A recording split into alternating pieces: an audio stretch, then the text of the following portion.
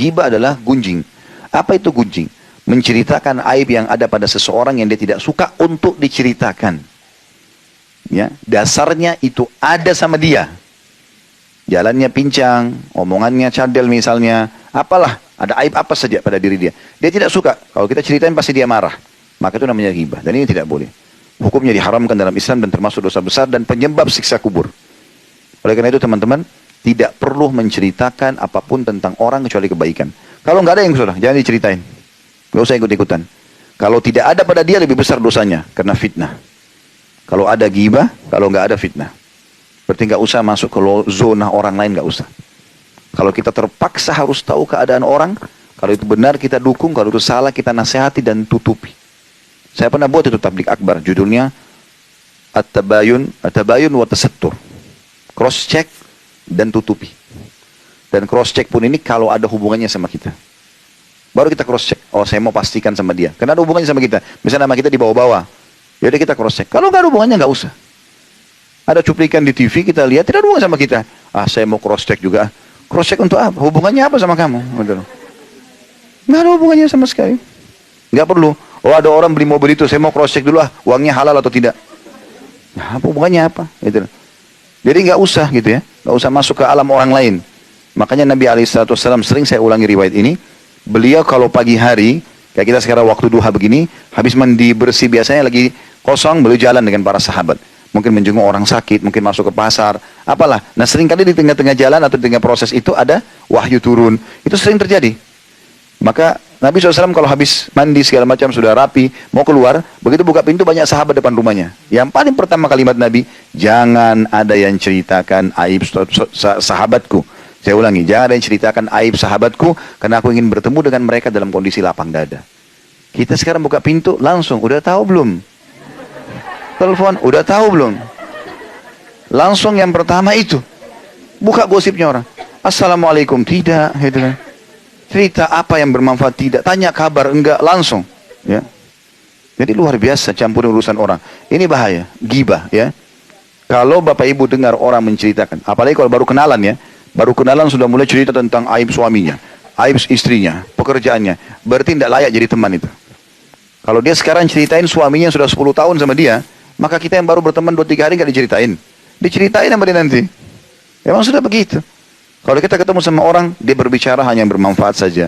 Kalau dia bicara ilmu, nasihat, pendidikan anak kah, masalah bisnis kah, masalah apalah, sukses rumah tangga, banyak yang bisa dibicarakan yang bermanfaat.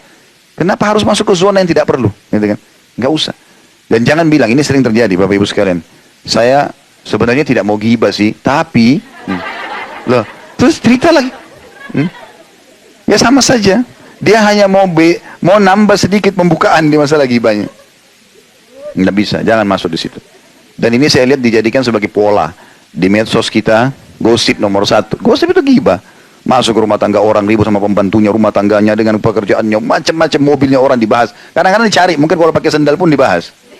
Kenapa pakai sendal merek itu, kenapa begini dan begitu. Ini jadi masalah. Saya pernah ketemu dengan salah satu tokoh masyarakat, dia bilang, sampai pada tingkat meludah saja dinilai. Mungkin orang jalan dilihat, depan pintu dilihat, di mata-matanya dari jarak jauh. Ini orang keluar mau kemana nih arahnya, diikutin. Untuk buat info saja, berita. Ini semua nggak benar, dalam Islam tidak boleh. Makin kita tidak tahu sesuatu, maka jangan dicampur tahu. Nggak usah. Allah Subhanahu wa Ta'ala sudah mengamanahkan di pundak setiap orang antara kita 2 malaikat yang tidak pernah tidur. Ngawasin terus. Nggak usah kita yang campuri urusan orang. Sekali lagi, kalau kita lihat ada aib, maka tugas kita luruskan. Kalau itu benar kita dukung. Kalaupun kita sudah luruskan, nasihati, tutup. Supaya dapat pahala ya. Itu sudah tahu fulan tuh, saya nasihatin tuh. Kan jadi hilang pahalanya. Nggak usah. Dan nasihatin orang antara kita sama Allah SWT. Para ulama salaf saleh dulu, kalau mau nasihatin orang, dia tidak kenal. Dia datang mendekat lalu dia mengatakan, saudaraku, saya mendapat informasi, karena dia merasa dia sampai di bawah namanya. Maka dia ada urusan sama dia, mengatakan, telah berita begini dan begitu. Nasihat saya bertakwalah kepada Allah, harus begini, harus begitu, harus begini. Selesai. Kata orang-orang yang diberikan nasihat, saya mendengarkan suara itu dengan nasihat itu seperti sebuah air sejuk di musim panas. Karena nasihatnya bertakwa sama Allah, hati-hati dengan siksa kubur, hati-hati dengan siksa neraka. Bagaimana kalau orang itu begini dan begini, bagaimana kalau kau di posisi dia.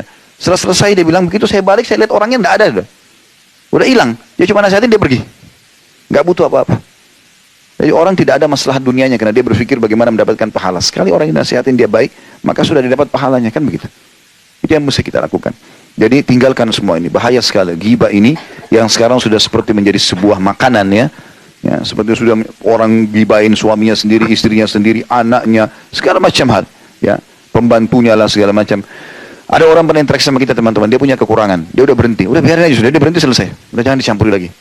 Dia mau bicara apa terserah dia, pokoknya kita sudah tidak ada. Intinya kan mudaratnya kita sudah selesai. Begitu orang mukmin.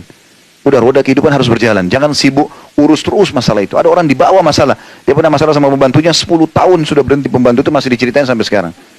Untuk apa sekarang? Cerita untuk apa? Manfaatnya apa? Dia masalah sama kita kan dia sudah berhenti, ya udah selesai. Udah biarin aja. Kalau dia bicara dia pun bicara urusan dia sama Allah. Dan sampai kemana sih kata-katanya? Sampai di mana dia mau kata-kata? Dia cerita sama 3-4 orang, 10 orang habis itu berhenti kan? Kita panen pahalanya, gitu kan?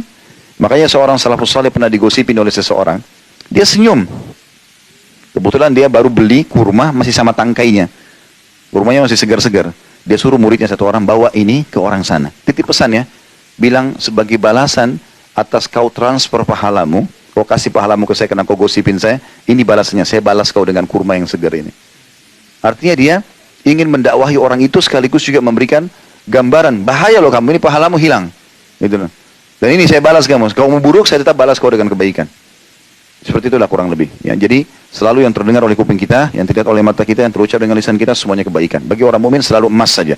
Nasihat, manfaat, ilmu, segala macam itu saja. Dari manfaat ke manfaat yang lain. Karena manfaatnya jangan didengarin udah, nggak perlu. Dan ingat, semua yang didengar oleh kuping kita jangan langsung dinukil dengan mulut. Karena Nabi SAW mengatakan cukuplah dosa yang sangat berat bagi orang yang semua yang dia dengar dinukil dengan mulutnya. Baru dengar langsung dilempar. Padahal sebenarnya belum tentu itu benar. Bagaimana kita tarik sekarang? Kita teman-teman kalau sudah melemparkan kata-kata itu susah sekali. Selama masih di lisan kita, maka masih milik kita. Kita bisa telan kembali, nggak usah diucapkan. Kontrol diri. Tapi kalau kita sudah ucapin, ini luar biasa.